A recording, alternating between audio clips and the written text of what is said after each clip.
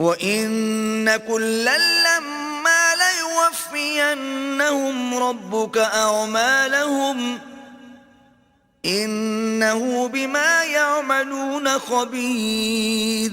اور تمہارا پروردگار ان سب کو قیامت کے دن ان کے اعمال کا پورا پورا بدلہ دے گا، بے شک جو عمل یہ کرتے ہیں وہ اس سے واقف ہے۔ فاستقم كما أمرت ومن تاب معك ولا تطغوا إنه بما تعملون بصير۔ سو اے پیغمبر، جیسا تم کو حکم ہوتا ہے اس پر تم اور جو لوگ تمہارے ساتھ تائب ہوئے ہیں قائم رہو، اور حد سے تجاوز نہ کرنا، وہ تمہارے سب اعمال کو دیکھ رہا ہے۔ ولا تركنوا إلى الذين ظلموا فتمسكم النار وما لكم من دون الله من أولياء ثم لا تنصرون۔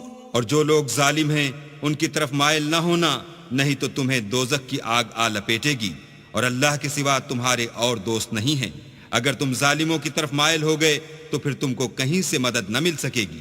وَأَقِمِ الصَّلَاةَ طَرَفَيِ النَّهَارِ وَزُلَفًا مِّنَ اللَّيْلِ إِنَّ الْحَسَنَاتِ يُذْهِبْنَ السَّيِّئَاتِ ذَلِكَ ذِكْرَى لِلذَّاكِرِينَ۔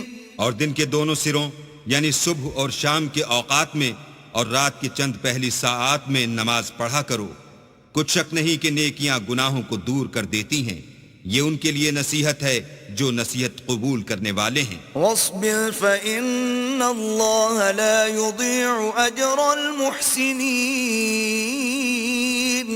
اور صبر کیے رہو کہ اللہ نیکوکاروں کا اجر ضائع نہیں کرتا۔